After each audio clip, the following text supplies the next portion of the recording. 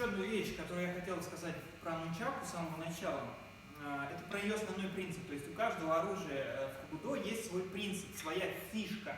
Вот. Ее на самом деле не очень легко почувствовать. И вот я первую фишку первого оружия почувствовал именно в нунчаку. То есть я понял основной принцип его работы. Какой это принцип?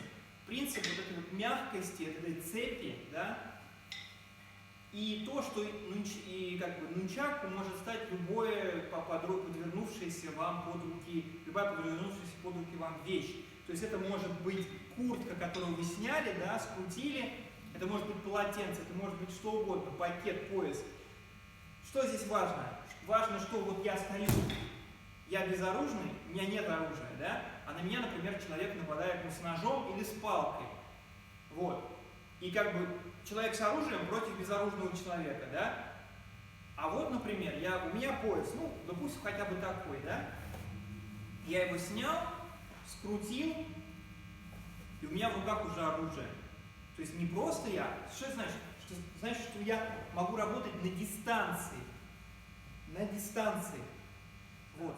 То есть человек меня будет атаковать уже не как безоружного, да, будет ко мне пытаться подойти, например, с ножом, да, я буду держать его, и пусть этот удар не убьет его, да, и даже не покалечит удар по голове пояса, но я смогу вышибать у него оружие из рук и просто бить его по лицу, в пах, в горло, уязвимой точке. То есть, получается, уже оружие против оружия, уже совсем другое состояние, да, и вот это очень важно в нунчаку.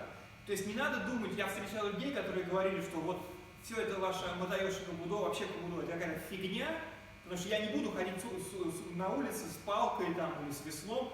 Ну, нунчаку еще ладно, положу себе в багажник, пусть ездит. Ну, то есть это люди немножко не понимают принципы вот этого вообще боевых искусств, наверное, я бы сказал в целом, но именно кабудо. Кабудо это не про нунчаки, которые вы купили на Окинаве, настоящие, из хорошего дерева, да, из дуба. Кабудо это про то, чтобы научиться основным принципам работы с оружием и потом научиться работать с любым предметом, так или иначе напоминающим это оружие. Отличный пример, мне очень нравится, огнетушитель. Да? То есть нунчаку это звенья, вы можете взять любую вещь в руку, и оно станет звеном у вас. Ну, например, сумку можете взять, да, я очень дома иногда люблю брать утюг или чайник, да, у меня есть чайник, который, ну, любой чайник. Вот представьте, да, у вас в руках чайник, и вы можете сделать из него оружие, и работать с ним как с нунчаку, то есть бить его, да.